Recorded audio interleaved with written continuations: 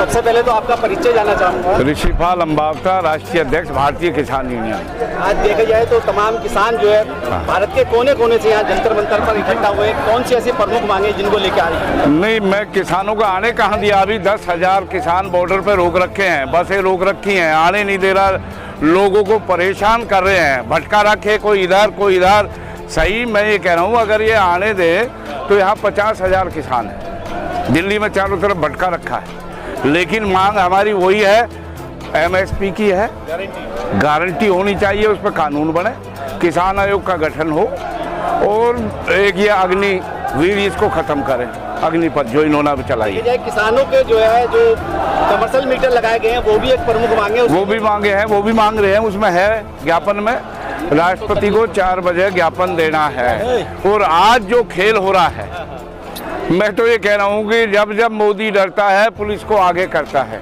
लोगों को दिल्ली के चारों तरफ 50,000 आदमियों को भटका रखा है। अभी मैं बता रहा हूँ, आप नंबर मिलाइए। लेकिन कृषि मंत्री नरेंद्र तोमर कहते हैं कि कहीं ना कहीं किसान जो है भारत का भटका हुआ है, वो कहीं अनभिज्ञ है कि सरकार उनके हित में बहुत अच्छा काम कर रही है। ये क्या है, ये किसान भटका हुआ है? मैं ये कह रहा हूँ, 13 महीना आंदोलन चला, जब भी भटक रहा, उग्रवादी खालिस्तानी किसान को क्या क्या नहीं कहा। और मैं ये कहता हूँ, माननीय प्रधानमंत्री जी ने कहा कि मेरी तपस्या में कोई कमी रह गई, लेकिन मैं एक कहना चाह रहा हूँ आज यहाँ जंतर मंतर से, इस तपस्या की कमी को 2024 में इस भाजपा को और इस सरकार को उखाड़ फेंक के अलग फेंकेगा किसान। लेकिन सरकार के जो गृह मंत्री हैं वो कहते हैं कि 2050 तक हम हिलने वाले नहीं। अरे हमारे पास ऐसा है, हिलाने वाले तो ये है, EVM में जाएगा कोई, वहीं पकड़ के बंधक बनाएगा किसान। EVM में आपके करके देखो बेईमानी,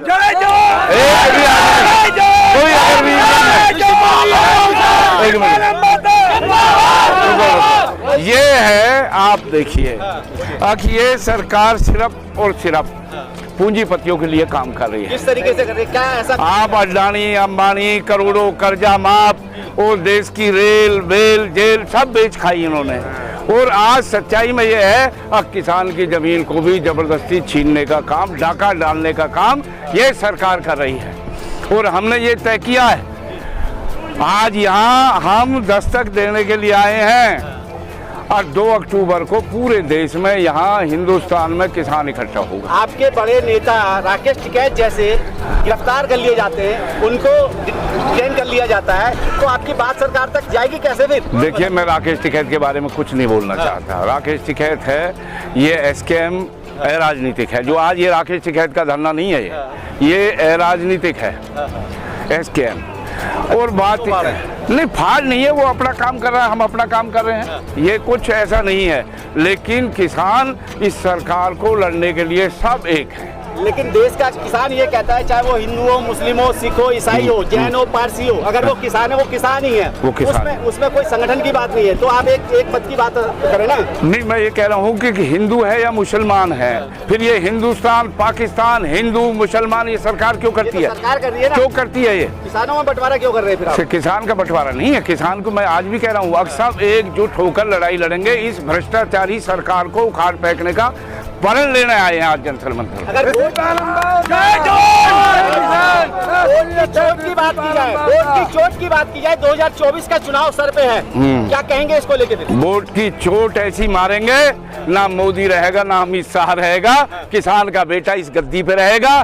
चरण सिंह जैसा कोई आदमी आएगा जो इस देश में किसान का बेटा प्रधानमंत्री बनेगा, और किसान की बात जब ही हल होगी जब किसान का बेटा है। 13 महीने आपने सर्दी गर्मी बरसात भी सही, लेकिन इस गूंगी बहरी सरकार ने 750 किसान मर गए, शहीद हो गए, उसकी आवाज नहीं सुनी। तो तुम्हारी आवाज कैसे सुन लेगी बताइए? अब मैं ये कह रहा हूँ कि आवाज तो अब आप नहीं देख रहे हो क्या हो रहा है यहाँ, कितना ये देखो। एक चीज आप बताऊं मैं आपको, हमने पहले ही यहाँ कहा, परमिशन ले रखी थी यहाँ, शांति प्रिय ढंग से हम आ रहे थे और ज्ञापन देने के लिए हमने ये रखा था। लेकिन यहाँ तो इन्होंने ऐसा कर दिया, यहाँ प्रशासन ने, कोई उग्रवादी आ रहे हैं, कोई पाकिस्तानी आ रहे हैं। हम देश के नागरिक हैं और प्रथम श्रेणी के नागरिक हैं। अगर हिंदुस्तान है तो किसान के बल पे है, और किसान नहीं तो हिंदुस्तान नहीं। लेकिन कहीं ना कहीं कहते हैं कि केंद्र की सरकार कहती है कि ये किसान अलगावादी हैं, उग्रवादी हैं, तमाम तरह के आपको जो ये तो ये मीडिया फैलाता है। नहीं, मीडिया की भी आज एक बात कह रहा हूँ, अगर इस कलम पे सच्चाई लिखने लगे, ये पत्रकार भाई मीडिया सच्चाई दिखाने लगे, तो मैं ये कह रहा हूँ कि ये तो 24 से पहले 22-23 में ही चले जाएंगे, ये तो 23 में ही चले जाएंगे। लेकिन तुम्हारी कलम पे पैरा है बेईमानों का, और पैसे खा रहे हो, नहीं लिखते।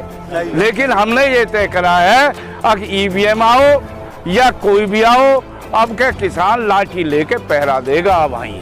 देखिए, किसान हो, वंचित हो, शोषित हो, पीड़ित हो, उसकी आवाज उठाने वाला, जैसे कि ये बहुजन चैनल है, मैं एक बहुजन चैनल से हूँ, और तमाम ऐसे बहुत सारे चैनल हैं जो ऐसे लोगों की आवाज उठा रहे हैं, और मिनिस्ट्री मीडिया की टांग तोड़ के रखी हुई है। सरकार उस पर भी जो है कलम और बंदूक का पहरा लगा के बैठी है। क्या ऐसी मीडिया और वैसी मीडिया में फर्क नहीं है क्या? नहीं, ये चैनल देखो, एक चीज है कि बहुजन है, किसान का एक हाथ है जी। चाहे गांव में देख लो आप, जहाँ बहुजन है या जाट है या गुजर है या किसान है या त्यागी, जो भी है, कभी भी अलग फर्क नहीं है। बहुजन का तो हम ये कह रहे हैं, अगर मायावती साथ देती, अब कहीं साफ कर देते यूपी में, साथ नहीं दिया, लेकिन अब साथ देंगे। अब मैं तो ये कह रहा हूँ कि ये सारा देश एक नेतृत्व में, लालू प्रसाद यादव, नीतीश कुमार, हमारे चौधरी अजीत सिंह, सब एकजुट होकर के इस भ्रष्टाचारी सरकार को उखाड़ फेंकने का काम करें। हमारा संदेश ये है, अब देश बचाओ, संविधान बचाओ, किसान बचाओ, मोदी भगाओ, ये संदेश है हमारा।